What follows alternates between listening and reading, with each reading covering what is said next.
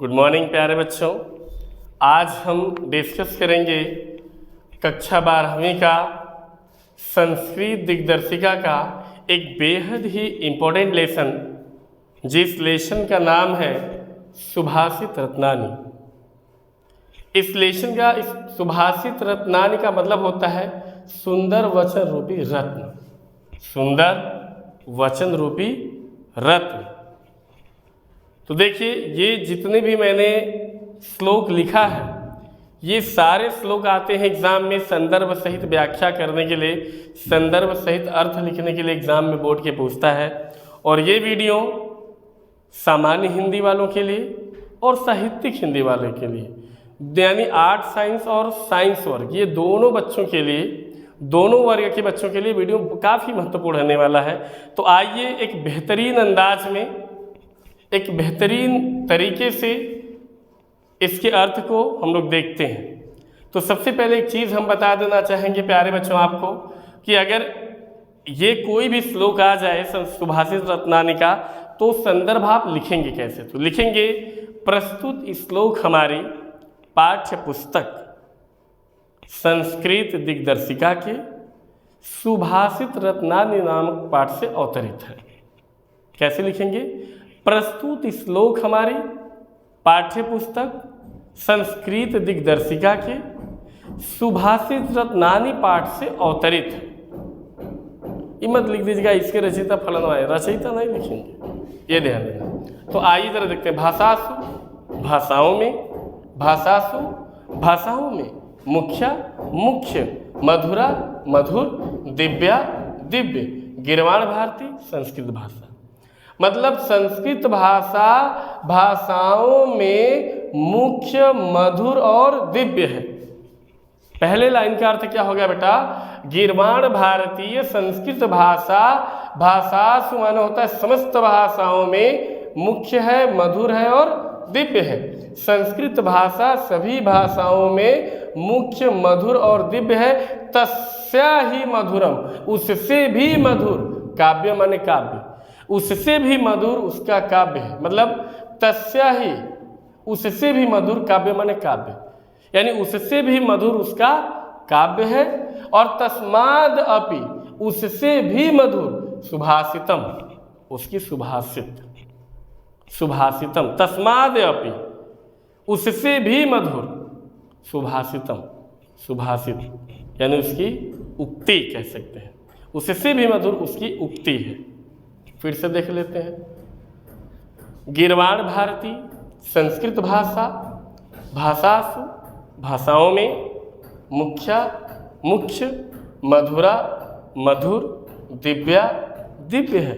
संस्कृत भाषा भाषाओं में मुख्य, मधुर और दिव्य है। तस्या ही मधुर काव्यम, उससे भी मधुर उसका काव्य है। तस्या ही मधुरम काव्यम, उससे भी मधुर उसका काव्य है। और तस्माद अपि, उससे भी मधुर, सुभाषित माने सुभाषित, अर्थात उससे भी मधुर उसकी उक्ति है, उसकी सुभाषित है, उसकी रचना है। तो प्यारे बच्चों, पहला श्लोक हमारे हिसाब से समझ में आ गया होगा। आइए दूसरा। सुखार्थिन, सुख मानो, आर्थिन माने होता है चाहने वाला, अर्थिन चाहने वाला। सुख चाहने वाले को कुतो विद्या, विद्या कहाँ होती है? यानी सुख चाहने वाले को कुतो विद्या, सुख चाहने वाले को विद्या कहाँ? और कुतो माने कहाँ? विद्यार्थी न माने विद्या चाहने वाले, विद्यार्थी न विद्या चाहने वाले को सुखम, कुतो विद्यार्थी न सुखम। कुतो माने कहा? विद्यार्थी न माने विद्या ग्रहण करने वाले को या विद्या चाहने वाले को सुखम। विद्या चाहने वाले को सुख कहाँ? बोल रहा है सुखार्थी न कुतो विद्या, सुख चाहने वाले को कुतो विद्या, विद्या कहाँ? सुख चाहने वाले को कुतो विद्या, विद्या कहाँ? और कुतो विद्यार्थी न सुखम, विद्यार्थी को सुख कहाँ? विद्यार्थी को सुख कहाँ? और सुखार्थी न मतलब सुख चाहने वाले को, वह माने जो सुखार्थी न जो सुख चाहता है। त्यजेद विद्या, त्यजेद माने त्याग देना चाहिए, विद्याम माने विद्या को, जो सुख चाहता है।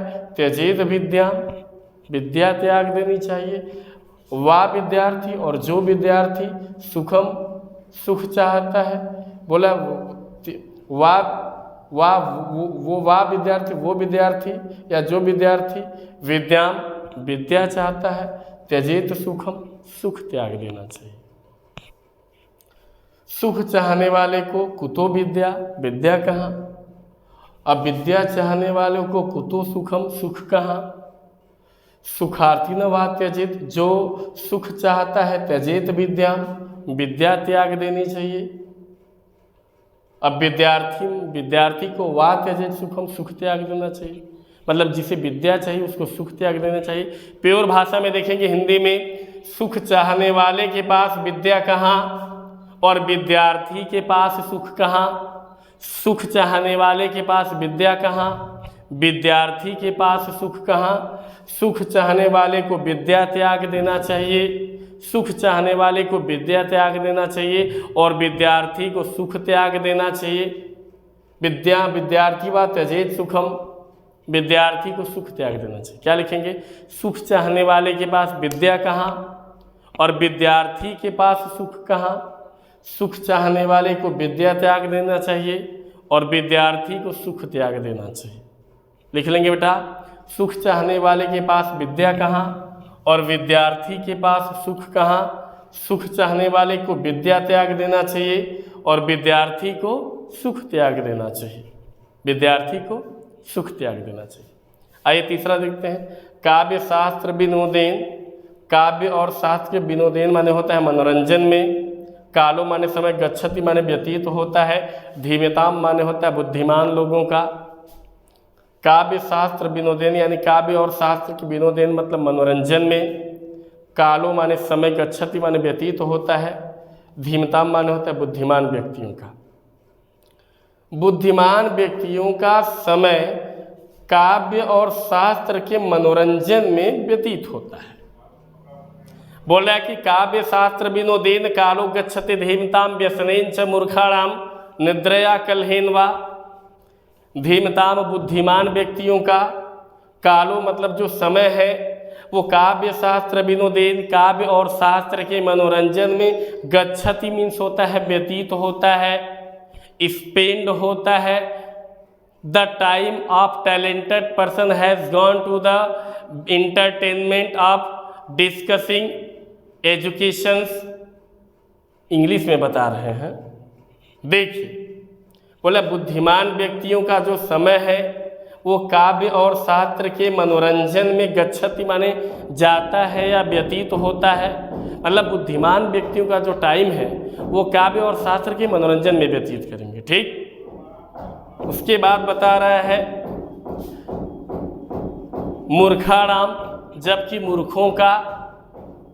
मूर्खों का जो समय है, व्यसनेन का मतलब बुरे आदतों में, व्यसन माने बुरा आदत, खराब आदत, मूर्खाणाम च मूर्खाणाम और मूर्खों का जो समय है, व्यसनेन का मतलब होता है बुरे आदतों में, निद्रया का मतलब खाली सूतने में, सोने में, और कलहेन का मतलब होता है लड़ाई झगड़ा करने में।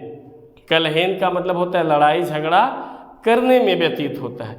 मूर्खाणाम मूर्खों का जो समय है, व्यसनेन बुरे आदतों में, निद्रया सोने में, च कलहेनवा और लड़ाई झगड़ा करने में व्यतीत होता है। मतलब सीधा सा अर्थ समझ लीजिए, बुद्धिमान व्यक्तियों का जो समय है वो काव्य और शास्त्र के मनोरंजन में भी व्यतीत होता है, जबकि मूर्खों का जो समय है वो बुरे आदत, सोने और लड़ाई झगड़ा करने में व्यतीत होता है।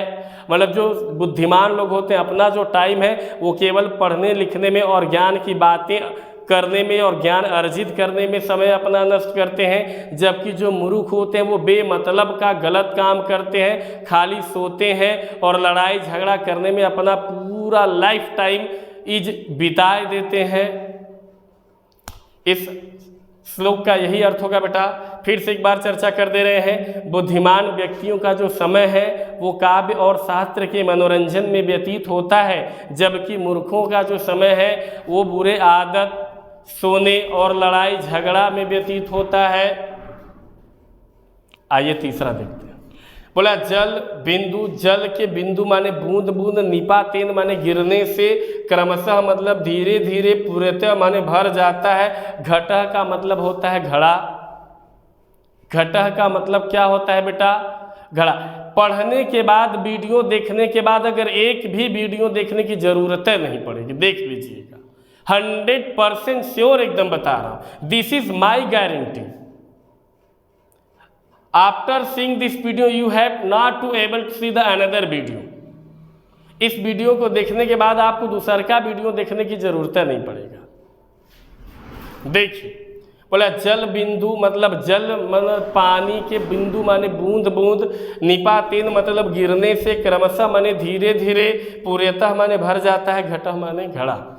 जल के बूंद बूंद गिरने से धीरे धीरे घड़ा क्या हो जाता है, भर जाता है। स हेतु इसी कारण से या इसी तरह से, स हेतु यही कारण है या इसी कारण या इसी विधि से कह सकते हैं। सर्व विद्याम, सर्व माने सभी, विद्या नाम माने विद्याओं का, स हेतु इसी तरह से, सर्व विद्या नाम सभी विद्याओं का, धर्मस्य धर्म का मतलब धर्म का मतलब धर्म की बातों का, च माने और, धनस्य माने होता है धन का, मतलब ठीक उसी तरह से हमें सभी विद्याओं का, धर्म का और धन का भी क्या करना चाहिए, संचय करना चाहिए, इकट्ठा करना चाहिए। जिस प्रकार बूंद बूंद गिरने से, पानी की बूंद बूंद गिरने से घड़ा भर जाता है, ठीक उसी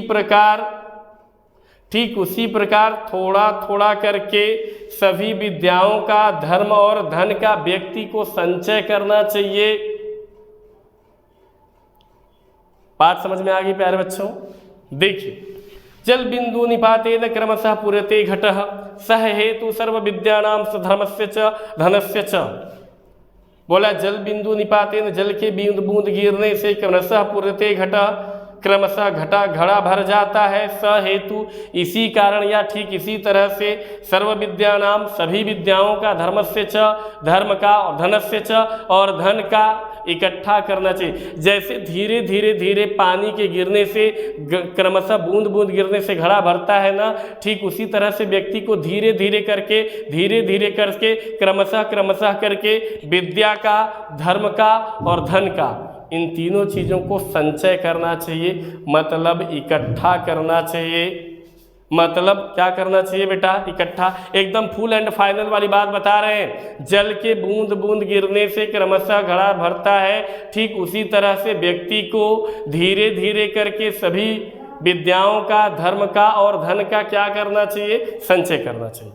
आइए देखिए आगे अंतिम वाला हम श्लोक पढ़ेंगे बेटा। मैं गारंटी देता हूँ हेतना में से एक ही जरूर फंसेगा। अभी ये वीडियो पहले पार्ट में है, इसका सेकेंड पार्ट हम लोग बाद में डिस्कस करेंगे। फिलहाल अभी पहले पार्ट पर हम डिस्कस कर रहे हैं। न चौरहार्यम न च राजहार्यम न भातृभाज्यम न च भारकारी, व्यये कृते वर्धत एव नित्यम विद्याधनम सर्वधनम प्रधानम।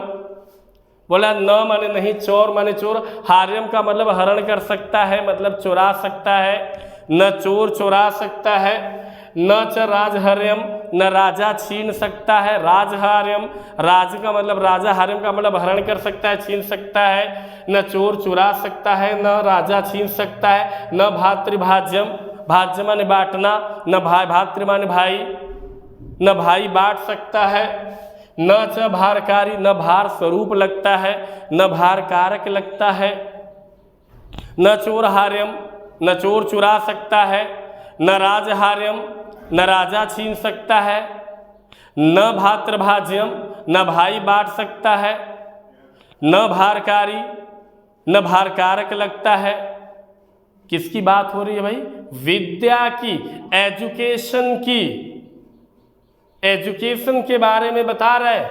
अगर आपके पास विद्या है, शिक्षा है, तो न तो चोर चुरा सकता है, न तो राजा छीन सकता है, और नहीं आपका भाई बांट सकता है, और नहीं आपको बोझा लगेगा, नहीं आपको भार कारक लगेगा। व्यये कृते वर्धत, व्यय माने होता है खर्च करने से, व्यये कृते मतलब खर्च करने से, वर्धत माने होता है बढ़ता जाता है, नित्यम माने दिन प्रतिदिन, यानी व्यय करने से दिन प्रतिदिन बढ़ता जाता है। अब विद्याधनम सर्वधनम प्रधानम, विद्याधन सभी धन में क्या है?